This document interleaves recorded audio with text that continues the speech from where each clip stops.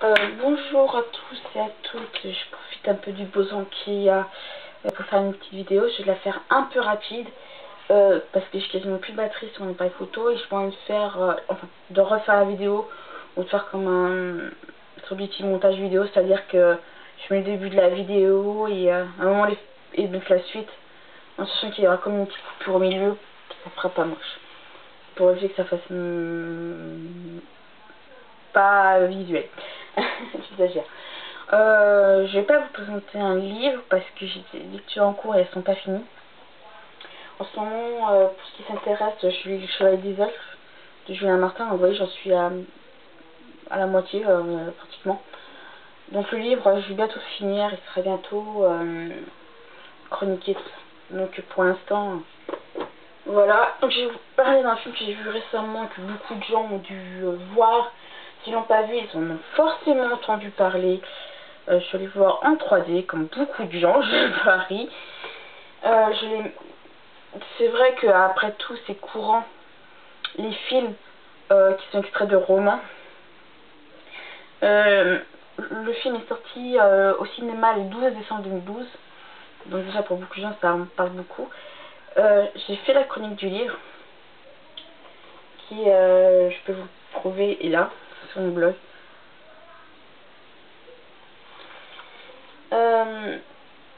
Voilà, donc vous avez sans doute reconnu, il s'agit du film de Bilbo le Hobbit de J.R.R. Tolkien, où le premier épisode, dans la première partie, s'appelle Le Hobbit, un voyage inattendu. Hein. Je l'ai vu, pour ceux qui ne veulent pas me croire.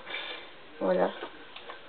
Donc je vais vous donner un peu mon avis vis-à-vis du film et ce que moi j'ai vu, vis-à-vis ce que moi j'en ai pensé du film, et surtout vis-à-vis du roman. Donc pour ma part, c'était super parce que Peter Jackson a bien respecté l'univers de Tolkien, hein, comme il l'avait fait avec le Seigneur des Anneaux.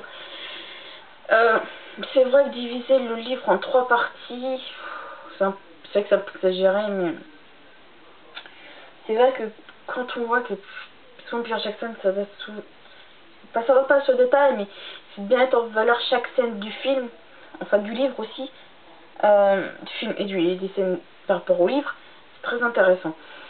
Et donc le film il dure vachement longtemps, hein, c'est vrai, il y a eu, moi j'ai eu pour ma part quand je suis allée voir, il y avait une entracte au milieu pour laisser un peu les gens de souffler et tout ça.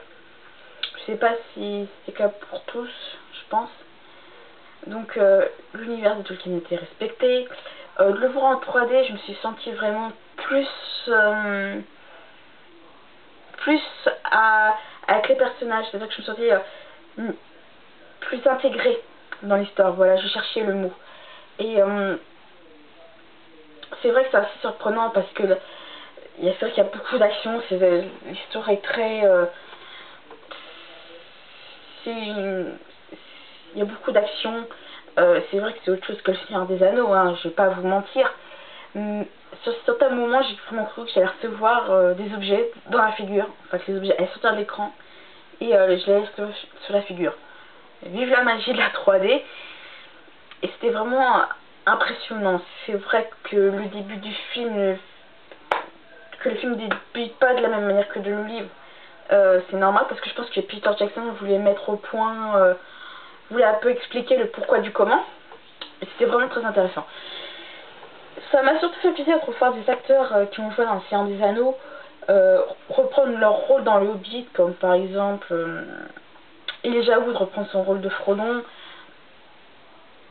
Ian McKellen, quelque chose comme ça pour Gandalf, parce qu'au moins c'est vrai qu'on est moins perturbé vis-à-vis des visages, c'est-à-dire que quand on pense Gandalf au Seigneur des Anneaux et qu'on pense le revoir dans le Hobbit, enfin quand on dit qu'il apparaîtra dans le Hobbit, on a forcément l'image de Gandalf dans le Seigneur des Anneaux, et on espère le même. Donc c'est vrai que c'est intéressant de reprendre les mêmes acteurs. On prend les mêmes, on recommence, voilà comme on dit.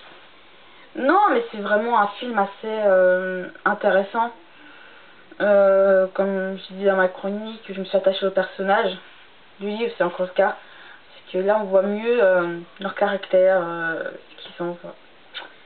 C'était assez impressionnant. Donc j'étais avec des personnes que je connaissais à le voir.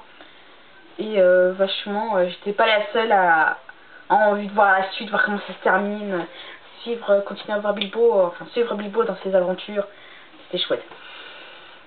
Donc j'espère que pour ceux qui l'ont vu, vous l'avez tout aussi pris du plaisir à le voir que moi. Donc voilà. Tout ce que j'ai à dire sur le premier volet du Hobbit de Peter Jackson. Donc c'est vrai que vraiment j'ai pas su aussitôt, ça fait un bout de temps que je savais que le film allait sortir. Je l'ai divisé en 3 parties grâce à un blog d'une fille qui est vraiment fan de l'univers de Tolkien. Donc je vous mettrai le lien de son blog en dessous en plus. Voilà, je vous mettrai aussi le lien de la chronique pour ceux qui souhaitent la lire ou la relire. Voilà, donc je vous dis à bientôt pour justement la chronique du livre Le Cheval des Elfes de Julien Martin. Donc à bientôt.